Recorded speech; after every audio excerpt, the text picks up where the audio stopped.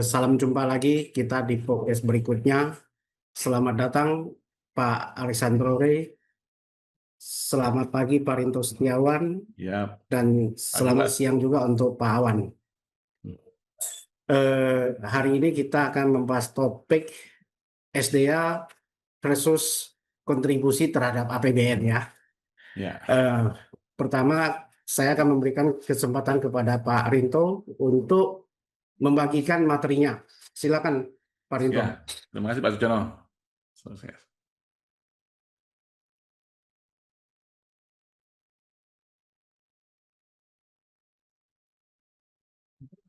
Pak. Jadi materi kita kali ini adalah dengan ini judulnya Paradoks Kekayaan Alam Indonesia. Mengapa negara kaya raya dibiayai oleh pajak rakyat? Ini kekayaan fisik kita sangat melimpah. Indonesia dikenal sebagai raksasa komoditas dunia, pemilik cadangan nikel, batu bara, emas, kelapa sawit terbesar. Namun struktur ekonomi dan pembiayaan negara justru bertumbuh secara tidak proporsional pada pajak konsumsi masyarakat dan aktivitas domestik, bukan pada pengelolaan aset strategis tersebut. Ini adalah data yang tim IWPI gali mulai dari 2016 sampai 2025. Ini yang atas adalah data penerimaan pajak, yaitu tahun 2016 itu 1,284 triliun, berbandingannya dengan pendapatan SDA 64,9 triliun. Di 2025, pajak 2.387 triliun, SDA 230,1 triliun. Rata-rata pendapatan pajak itu di 79,55 atau 80%. Untuk SDA rata-ratanya 7,61%. Memasuki 2024-2025, kontribusi SDA semakin menyusut ke angka 7-8%. Sementara beban pajak masyarakat meningkat melampaui 83%. Ini economic topography map. Nah, ini batu bara itu produksinya bisa sampai 817 juta ton tahun 2025. Penyumbang terbesar PNBP Minerba. Namun lebih dari 60% langsung diekspor dalam keadaan mentah batu bara kita. Migas cadangan vital yang masih menjadi salah satu pilar utama. Cuman kita ketahui sebagian besar minyak kebutuhan ini ya, minyak bumi atau bahan bakar kita masih impor. Nikel, yaitu nikel cadangan terbesar dunia, pusat gravitasi industri baterai EV masa depan. Produksi biji nikel mencapai 320 juta ton. Emas dan tembaga, ini rumah bagi tambang terbesar dunia, dengan produksi emas menembus 81 ton per tahun. Bauksit dan timah, bahan baku kritikal aluminium dan elektronik global. Ini untuk economic topography map untuk surface dan ocean web. Ini terkait dengan pertanian, yaitu kelapa sawit menyumbang produsen absolut nomor 1 dunia dengan lebih dari 51 juta ton, menghasilkan puluhan miliar dolar devisa. Kehutanan, pemilik hutan tropis terbesar ketiga di dunia, kayu, rotan, karet, dan alam. Kelautan dan perikanan, negara kepulauan terbesar, potensi raksasa pada tuna, udang, rumput laut yang belum terkapitalisasi optimal. Ini resource yang ada di kita masih mempunyai panas bumi, geotermal, ada silika, bahan utama untuk semikonduktor masa depan, logam tanah jarang, ini komponen absolut untuk pertahanan dan teknologi tinggi, terus kobat untuk sebagai baterai kendaraan listrik juga. Nah, ini di mana posisi Indonesia di mata dunia? Ini data yang kami peroleh, ini Singapura memang pendapatan melalui sumber daya alamnya nol. Kalau Indonesia, sumber daya alam menyumbang cuma 7,6%. Namun yang kita ketahui, Kuwait 84%, jadi pendapatan APBN-nya 84% dari sumber daya alamnya. Qatar 78%, Arab Saudi 55%. Posisi Indonesia sangat unik dan ironis. Kita memiliki kekayaan alam setara Timur Tengah, tetapi membebankan pajak kepada rakyat layaknya negara tanpa sumber daya alam, seperti Singapura. Ini penerimaan negara langsung. Ini 1.100 devisa total dari sawit, batu bara, ferroalloy. Ini 1.100 triliun devisa versus penerimaan negara. Presiden Prabowo Subianto menyoroti sebuah realitas tajam. 3 komoditas utama saja mampu menghasilkan devisa 1.100 triliun per tahun. Kekayaan itu nyata, diekstraksi secara masif dan menghasilkan uang. Namun, mekanisme penangkapan nilai oleh negara SDA non-pajak terputus dan gagal masuk ke APBN secara profesional. Ini banyak dinikmati oleh oligarki. Ini the value leakage pipeline. Ini ekspor bahan mentah. Nah, gambarnya seperti ini, Indonesia. Ada ekspor bahan mentah, ya ini keuntungan asing dan nilai tambah manufaktur global. Ini yang menikmati keuntungan tersebut adalah asing dan ini apa? Manufaktur global. Akar masalah rendahnya penerimaan yaitu ekspornya kita adalah melalui bahan mentah, menjual tanah dan batuan dasar, membiarkan nilai tambah berkali-kali lipat dinikmati oleh negara pengolah, dominasi asing. Puluhan tahun aset strategis dikelola oleh pihak luar dengan modal dan teknologi dominan. Negara hanya menerima sisa royalti yang minimal. Nah, ini contoh di nikel. Ini kalau tahap pertama yang kita ekspor hanya biji nikel. Kalau tahap kedua diolah melalui smelter atau ferronikel. Tahap ketiga baru kita ekspornya melalui baterai EV. Nah, kalau tahap keempat ini contohnya kita bisa langsung memproduksi kendaraan EV-nya. Hilirisasi bukan sekedar melarang ekspor, ini adalah rekayasa struktural untuk memaksa kapital dan teknologi menetap di dalam negeri, menciptakan pajak korporasi, devisa, dan lapangan pekerjaan. Nah, ini apa yang harus dilakukan? Ini harus penguasaan strategi nasional, memperkuat BUMN dan memperbaiki kontrak konsesi agar porsi keuntungan negara menjadi mayoritas. Yang kedua adalah hilirisasi industri total, menghentikan pendarahan nilai dengan melarang ekspor komoditas mentah secara bertahap di semua sektor, minerba, perkebunan, dan kelautan. Yang ketiga adalah kemandirian teknologi, memaksa transfer teknologi dari entitas asing ke domestik agar tidak selamanya bergantung pada operator luar. Ini dimensi pengelolaan, paradigma lama, bentuk komoditasnya itu bahan dasar atau mentah. Kalau paradigma baru harus produksi yang bernilai tambah seperti baterai, EV, dan lain-lain. Sumber utama APBN. Dulunya pajak konsumsi dan penghasilan masyarakat, sekarang harus dari keuntungan SDA dan pajak industri turunan. Aktor pengelola, dulunya dominasi asing, modal, dan teknologi luar, sekarang harus penguasaan strategis nasional atau BUMN.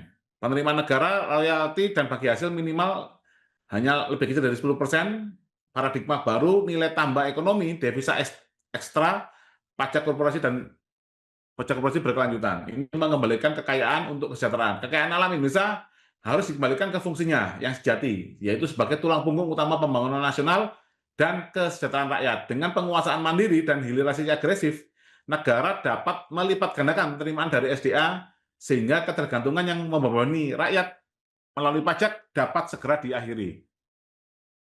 Nah, seperti itu Pak Sujono. Jadi ini kita akhirnya bisa melaksanakan pasal 33, yaitu ini ya, bumi, air, dan kekayaan terganggu dalamnya dikelola oleh negara untuk sebesar-besar kemakmuran rakyat. Terima kasih. Ya, terima kasih pemaparan luar biasa dari Pak Rinto. Ini membuka mata kita ya.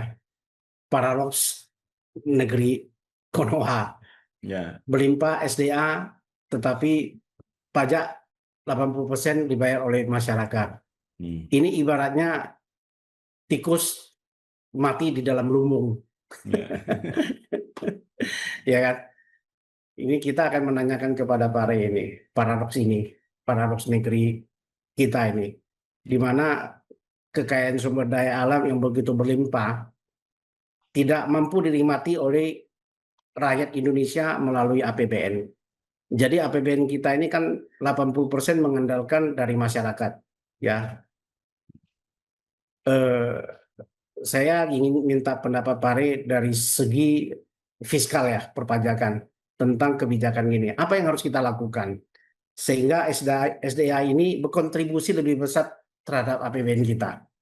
Silakan Pak Rey. Baik, terima kasih Pak Sujono, Pak Rinto. Topik seperti ini memang sudah sering didiskusikan ya dan dibicarakan. Tapi memang tidak ada solusinya, ya. Kenapa? Karena niatnya atau goodwill-nya itu memang tidak ada, ya. Jadi kalaupun kita mendiskusikan ini berkali-kali, ya tetap tidak terjadi perubahan, ya. Maka sangatlah benar apa yang disampaikan oleh Lee Kuan Yew. Yang paling penting itu adalah goodwill-nya dulu. Kalau ada goodwill, ada integritas. Lahirlah integritas. Kalau ada integritas, maka semuanya bisa berjalan.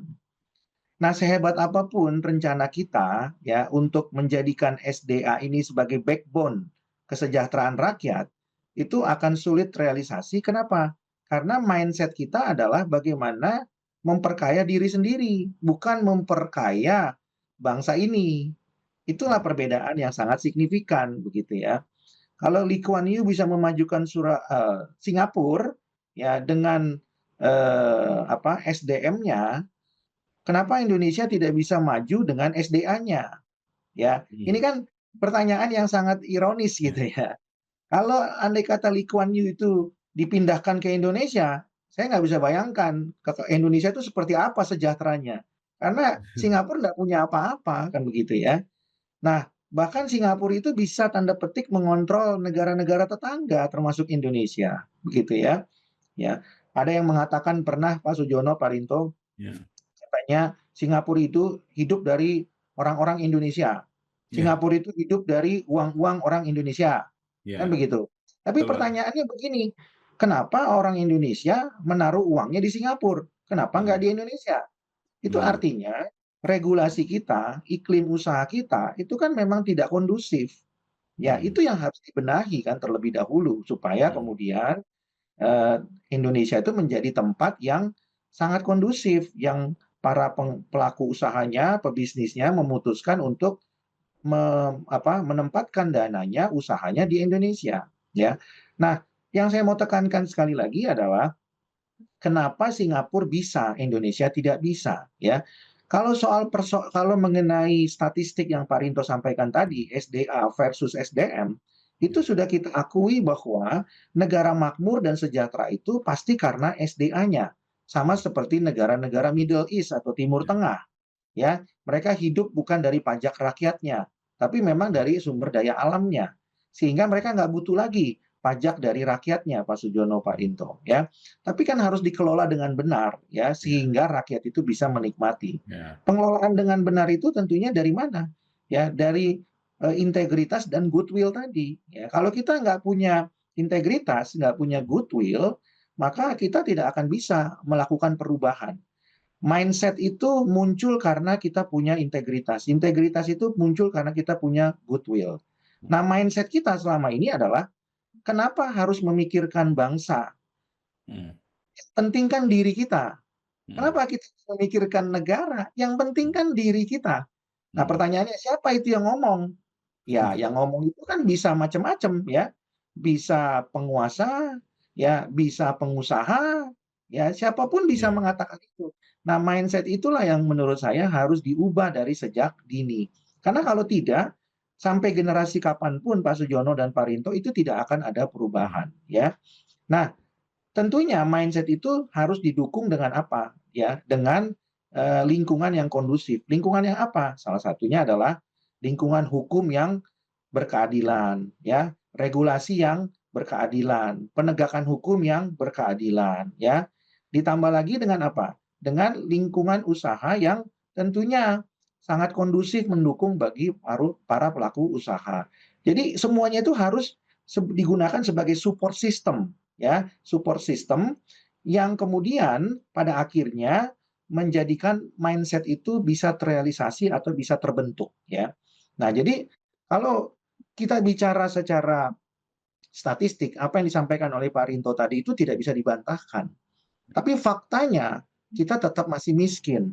Faktanya kita masih hidup dari 82% pajak dari rakyat, ya. Faktanya SDM kita hanya berkontribusi kurang dari 8%.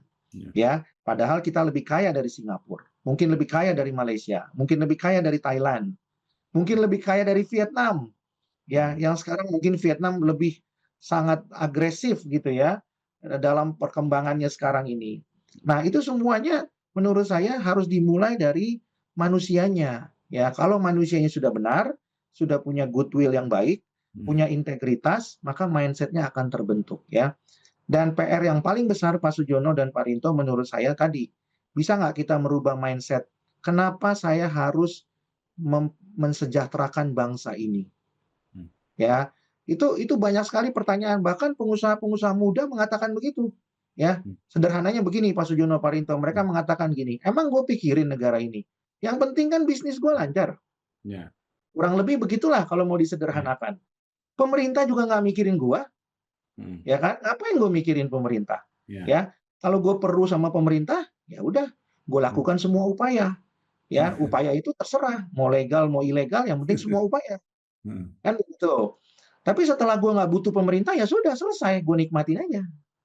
Nah, kalau ini yang terjadi, ya maka apapun yang kita lakukan tidak akan berhasil. Ya, kita nggak akan mampu, Pak Sujono dan Pak Rinto, menarik uang-uang yang ada di luar negeri masuk ke Indonesia. Itu sangat sulit. Ya. Nah, kemarin Pak Menteri mengatakan kita akan tarik uang di luar negeri masuk ke Indonesia. Itu susah juga menurut saya. Ya, kenapa? Karena mereka juga belum yakin ya dengan apa yang kita kerjakan sekarang ini. Jadi SDA kita itu satu fakta yang tidak terbantahkan, tapi SDM kita yang punya masalah cukup besar, ya. Dan kalau kita hidup dari SDM, maka konflik ini Pak Sujono dan Pak Rinto tidak akan berkesudahan. Nah, kalau orang awam nyebutnya begini, ya sampai kiamat kayaknya kita begini-begini aja, Pak. Ya, bukannya kita pesimis, bukan. Tapi kalau tidak ada upaya konkret, maka akan ada prediksi. Prediksinya akan seperti itu. Maka saya menghimbau supaya ada upaya konkret, ya. Upaya konkretnya apa? Ya tadi, salah satunya adalah mindset daripada penguasa dan pengusaha untuk sama-sama merubah, ya. Mempunyai integritas, ya, mempunyai goodwill, Pak. Jangan kemudian contoh misalnya ya Pak Rinto, Pak Sujono, penguasa itu kadang suka berpikir kan, mumpung saya menjabat, kapan lagi? Nah, ini juga jadi mindset yang harus diubah. Maksudnya apa coba? Mumpung saya menjabat, nah kapan lagi? Misalnya, itu kan mindset yang harus diubah. Pengusaha juga begitu. Mumpung saya kenal pejabat, kapan lagi? Nah, mumpung saya kenal loh, kapan lagi? Kan saya bisa gunakan networking itu, ya kan? Nah, jadi mindset-mindset itulah yang kemudian harus diubah ya. Dengan demikian ya SDA kita punya peran lebih besar daripada SDM. Yang sekarang ini SDA-nya perannya sangat sedikit sekali ya, tapi yang diperes adalah SDM-nya. Maka Pak Sujono dan Pak Rinto menurut saya kita akan terus berkonflik rakyat dengan penguasa. Padahal penguasa itu adalah pelayan rakyat. Jadi antara pelayan dengan tuannya akan terus berkonflik, ya. Antara bos dengan anak buah terus berkonflik, ya. Sampai kapan? Ya sampai nggak ada batasnya. Kenapa? Karena yang ditekankan adalah SDM yang terbatas, bukan SDA yang melimpah. Nah, SDA yang melimpah ini bagaimana nasibnya? SDA yang melimpah itu adalah dikuasai oleh mereka-mereka yang tadi mindsetnya, ya. Mumpung saya menjabat, kapan lagi? Mumpung saya kenal pejabat itu, kapan lagi? Nah, SDA itu dikuasai oleh orang-orang yang punya mindset itu, ya, dan tidak mungkin akan mengalir kepada SDM-SDM atau rakyat yang jumlahnya lebih besar ya dari pejabat dan penguasa yang punya mindset tadi. Pejabat dan penguasa yang punya mindset tadi itu jumlahnya tidak lebih dari 1%. Ya, sementara yang 99% itu akan dijadikan ATM begitu ya tanda petiknya atau dijadikan sebagai sapi perahan untuk bisa menjalankan roda negara ini ya. Sementara orang-orang yang punya mindset tadi, penguasa dan pengusaha tadi itu adalah mereka yang menikmati ya justru SDA yang sangat melimpah itu. Nah, oleh karena itu saya mendukung supaya kita yang berada di 99% itu mungkin ya harus juga punya mindset yang berubah ya. Mindset yang berubahnya bagaimana? Ya, memang kita berharap pemerintah bisa melakukan perubahan, pengusaha juga bisa melakukan perubahan. Tapi sebagai rakyat kita juga harus melakukan perubahan. Artinya apa? Artinya kita juga harus punya batasan-batasan ya. Contoh misalnya, saya sangat mendukung supaya setiap keluarga di Indonesia itu dibatasi jumlah keluarganya, seperti di China misalnya, ya. Misalnya satu keluarga dengan satu anak misalnya. Kenapa? Karena kita tahu pemerintah kita akan sulit sekali untuk membantu kalau satu keluarga punya lebih dari 5 anak. Bagaimana pendidikannya? Bagaimana kemudian kualitas hidupnya gitu. Sementara kita masih berjuang untuk memperbaiki pengusaha dan pejabat yang tadi itu, yang 1% tadi itu. Maka kita juga harus bijaksana gitu ya untuk bisa mempersiapkan paling tidak keluarga kita masing-masing atau diri kita masing-masing. Karena apa? Karena yang terjadi penguasa dengan rakyat terus berkonflik. Yang terjadi antara bos dengan majikan dengan pelayan atau pekerjanya atau asisten rumah tangganya terus berkonflik gitu ya. Nah, jadi itu salah satu juga yang bisa kita lakukan. Kalau kita berharap terus dari pemerintah, ya bisa, itu idealnya iya, tapi kan perlu waktu. Tapi sambil menunggu waktu itu kita juga harus mempersiapkan diri. Karena kalau SDM kita rendah juga, kita akan lebih mudah lagi untuk dieksploitasi, dimanfaatkan, bahkan mungkin juga diadu domba, ya. Nah, jadi yang saya mau katakan, mari kita sama-sama mempunyai mindset yang berbeda, yang positif, ya. Sambil kita juga mempersiapkan diri kita dari keluarga yang paling kecil atau lingkup yang paling kecil, unit yang paling kecil, pribadi-pribadi, keluarga-keluarga, kemudian masyarakat ya, RT, RW harus melakukan perubahan ya. Jangan melakukan hal yang sama terus, same old thing kata orang gitu ya, kata Paman Sam ya. Nah, jadi harapan berikutnya adalah tolonglah ya pemerintah juga menyampaikan kepada masyarakat bahwa SDA kita itu disampaikan secara transparan begitu ya. Jangan kemudian disampaikan secara secara manipulatif begitu ya. Karena SDA kita itu sebenarnya banyak, tapi tidak disampaikan secara terbuka ya, tapi disampaikan secara manipulatif ya. Dan salah satu caranya yang disampaikan begini, kita nggak mampu mengelola itu, maka kita minta asing mengelola itu. Karena kita nggak mampu, kita dapatnya sedikit. Nah, itu juga salah satu caranya tuh. Nah, pertanyaannya kenapa kita nggak mampu? Lagi-lagi kan masalah SDM lagi. Iya. Ya, kenapa? Karena anggarannya juga tidak cukup untuk membuat SDM kita berkualitas.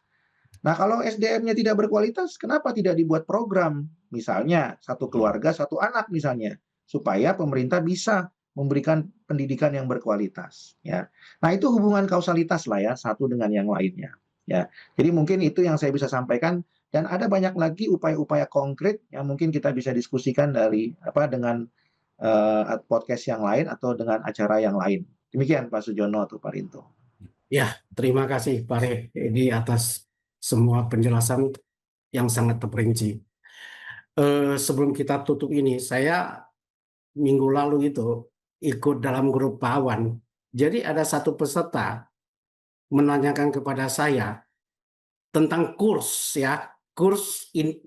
rupiah terhadap dolar yang semakin melemah. Lalu dia menyalahkan pemerintah. Dibilang pemerintah itu tidak mampu mengendalikan kurs sehingga rupiah sedemikian jatuh. Hari ini saya ingin menjawab pertanyaan beliau ya, karena ini setelah saya pikirkan, sebenarnya siapa sih yang salah, pemerintahkah? Tetapi saya hari ini ingin mengatakan, kita semua yang bersalah, bukan orang lain. 100% kita rakyat yang bersalah. Kenapa begitu Pak? Karena kita yang memilih mereka. Kenapa kita memilih mereka?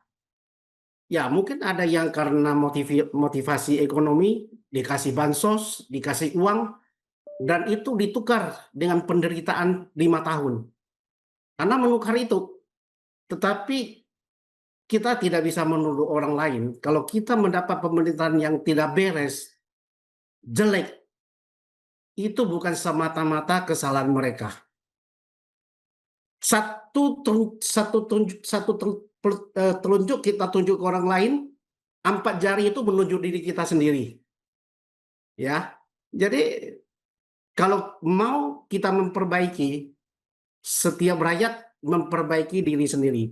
Jadi kita pilihlah pemimpin-pemimpin yang mengutamakan meritokrasi, yang memiliki integritas dan memiliki goodwill, sehingga secara bertahap negeri ini akan diperbaiki. Contoh kita lihat Gubernur Maluku Utara.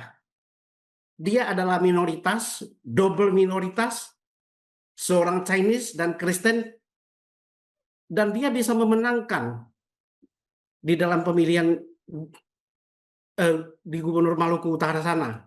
Dan rakyatnya kan sekarang sejahtera dengan pertumbuhan ekonomi paling tinggi senasional 38%. Itu belum pernah terjadi. Berarti kan Indonesia ada pemimpin-pemimpin seperti itu. Tetapi maukah kita rakyat membuka mata dan hati kita untuk memilih pemimpin-pemimpin seperti itu? Contoh yang paling jelas tadi Pak Ray cerita tentang Lee Kuan Yew. Saya sharing sebentar dengan Pak Ray tentang Lee Kuan Yew. Lee Kuan Yew itu begitu hebat memang. Seorang Deng Xiaoping pun belajar sama dia. Deng Xiaoping tahun 78 datang ke Singapura berkonsultasi dengan Lee Kuan Yew. Bagaimana Cina bisa dibangun seperti Singapura. Lalu apa yang dikatakan oleh Lee Kuan Yew kepada Cina, kepada Deng Xiaoping pada saat pertemuan itu? Dia bilang gini, Cina adalah naga yang sedang tertidur. Dan hari ini itu naga itu bangun, Pak. Dan sedang mengejar Amerika Serikat. Dan sebentar lagi dipercaya akan melampaui Amerika Serikat. Nah, itulah yang dikatakan tahun 78 oleh Lee Kuan Yew kepada Deng Xiaoping ketika dia berkunjung ke Singapura. Dan kita lihat bagaimana suksesi yang terjadi di Singapura. Ketika Lee Kuan Yew turun, siapa pengantinya? Bukan anak dia, Pak. Pengganti Lee Kuan Yew adalah Goh Chok Tong. Karena Lee Kuan Yew melihat anaknya belum mampu.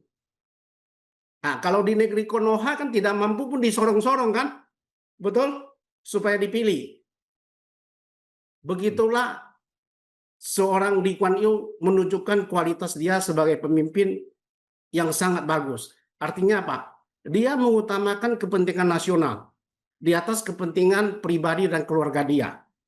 Kalau ketika itu dia lebih mementingkan dinasti, yang maju bukan Goh Chok Tong, yang maju itu adalah anaknya Lee Hsien Loong. Tetapi Lee Hsien Loong menjabat setelah Goh Chok Tong mundur. Artinya apa? Setelah Lee Kuan Yew merasa anaknya mampu, meritokrasi itu jalan, dikasihlah kesempatan kepada anaknya. Dan anaknya sekarang pun sudah mundur kan? Bukan Perdana Menteri lagi. Jadi mereka coba memikirkan, bukan mempertahankan kekuasaan. Bagaimana membuat Singapura itu sejahtera, maju, dan negara yang bisa bersaing. Tadi Bapak bicara SDA 0. Tapi apa yang terjadi? Kita beli minyak dari Singapura loh. Impornya dari Singapura loh. Padahal nggak ada dia minyak. Kenapa bisa begitu? Nah, ini jadi pertanyaan yang sangat besar. Yang terus mengusik pikiran kita kan. Kenapa bisa begitu? Nah, ini juga untuk menjawab pertanyaan yang belum saya sampaikan waktu saya ditanya mengapa begitu. Jadi mari kita memilih pemimpin yang mengutamakan birokrasi. Kita masalah bukan di infrastruktur ya. Infrastruktur kita waktu di zaman Presiden Jokowi itu sudah banyak dibangun. Tetapi yang perlu kita bereskan sekarang adalah suprastruktur. Berbicara tentang regulasi, tentang perilaku, tentang sistem hukum, dan macam-macam. Hal yang suprastruktur, yang mungkin tidak kelihatan, tetapi itu menentukan. Kalau infrastruktur secara fisik kelihatan, tapi ternyata apa yang dibangun infrastruktur itu kebanyakan tidak optimal pemakaiannya. Ya, demikian itu masukan dari saya. Semoga bisa menambah pengetahuan kita tentang bagaimana kita harus bertanggung jawab terhadap pilihan kita. Terima kasih, salam sehat bagi kita semua. Oke, Pak.